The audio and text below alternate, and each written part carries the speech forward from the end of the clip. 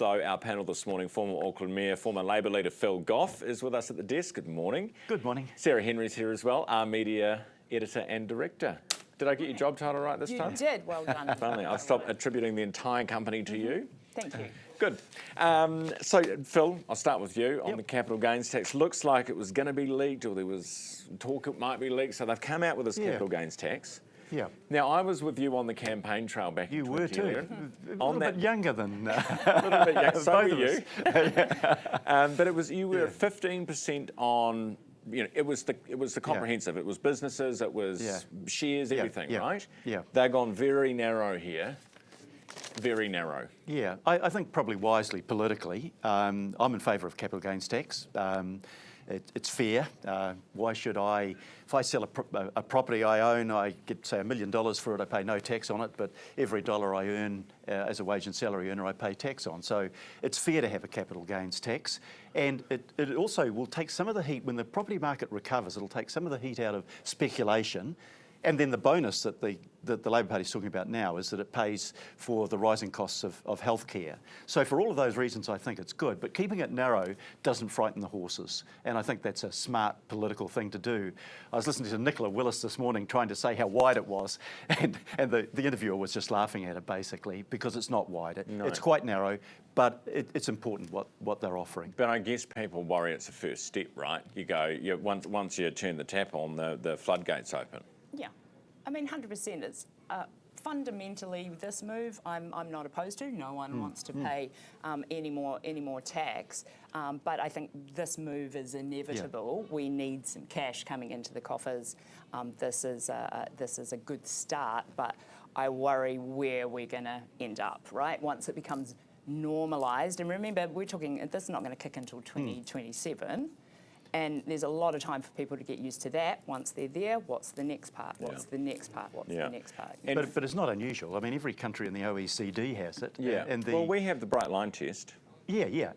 But the OECD has been saying we should do this, as did the former Secretary of Treasury. She said one of the most important things any new government needs to do is to make a more equitable tax system by having tax across the board. OECD saying the same thing. You want to stop people speculating on property and put their money into more worthwhile things, you know, in terms of creating growth and jobs. You need a capital gains tax. That's why every Western country has one. And I think it would be more palatable for people than personal tax increases, right? So if you are successful and you're choosing to invest in these things and these things, you're going to pay a premium on that versus something that you're going to pay every time you get your. But this argument, I mean, you say that, you know, people who work, you pay tax on every dollar you earn, etc., which is true. But so do the businesses. You know what I mean? Like a business, every dollar that they earn gets taxed. Yeah.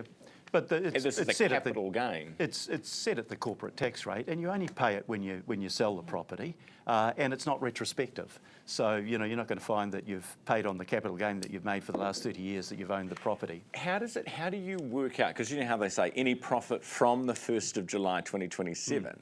So does that mean everyone has to get a valuation?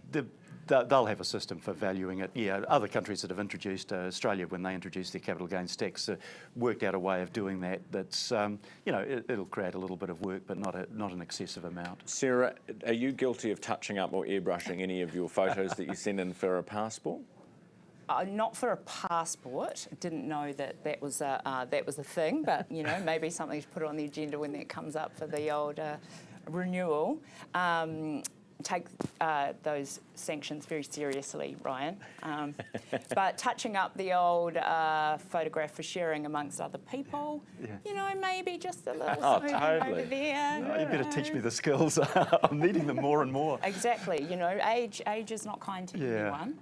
I think it's silly, actually, changing your passport photo or whatever. I remember MPs that used the same hoardings election after election. So the photo was taken 20 years earlier. And one of the ambassadors, who I won't name her name, used a photo that must have been taken 30 years ago. And when I met her for the first time, it was a shock. That's not the person whose photo I've seen on their CV. Have you ever done online dating, Phil? No. Because that's way Tell me more about of it. a shock. But this is the thing. Eventually, you're going to meet someone, and they're going to realise that that's not what you look like. you know? But the passport photo is one of the most horrific photographs ever taken. Yeah. That and the driver's license. You're not allowed to smile. Photos. No, you're not. No. So unnatural. I had to get my driver's license done the other day to renew it, and I look like a criminal. Yes. I think they purposely do it. I don't know what it You is. just weren't holding the card up in front of you with your number on it. Exactly. Have you still got your old hoardings? Any of your old hoardings? I have actually. I've kept one from each election. I don't know, they're mouldering away in my barn, and my kids will just trash them when I leave this life. But it's interesting just seeing the change from the days of spectacles and moustache, etc. Yeah, Do ages. you have a favourite slogan? No, I probably don't. Slogans are kind of slightly empty because they don't have enough content to make them meaningful. But it's interesting just to see the evolution over time and how you looked. And Helen Clark was quite big on Ford Together. Remember that? Yeah, that yeah. was her big thing. Hey, very quickly, Prince Andrew and this whole royal scandal. We've just spoken to a royal biographer who did the rise and fall of the House of York. And he says we should be paying a little more attention to it here down under, because I think we're just looking from afar going, oh, that's a bit grubby, a bit groshy. What do you think, Sarah, about how this is playing out and how the monarchy's handling it? I feel deeply saddened for the King and the responsible members of the royal family who do actually work very, very hard and draw amazing attention to certain causes around the world. And to have someone who has behaved in the most revolting and abhorrent way and not care.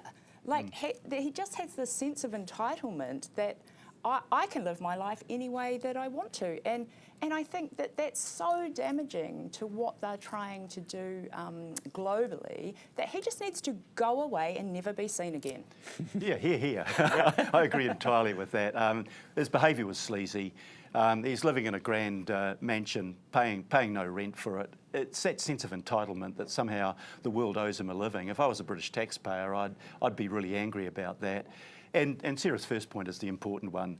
Charles, I've got a huge amount of respect for. I dealt with him quite frequently, and William, both hardworking, dedicated people with integrity, as the Queen was, and people like Andrew just let the side down. He should be disappeared. He won't do it voluntarily. Somebody will have to do it, and not be seen again. Yeah. And it's not that sort of thing is totally new in the royal family. There's always been something like Scandal, that. Yeah. of course. But the key actor, he's never going to be king. He's never going to be anything. Chopped off, though. Yeah, that was probably one way of dealing with it. But we kind of go for slightly kinder methods today. Yeah, just disappearing and never being seen again would be good enough. Thank you both so much.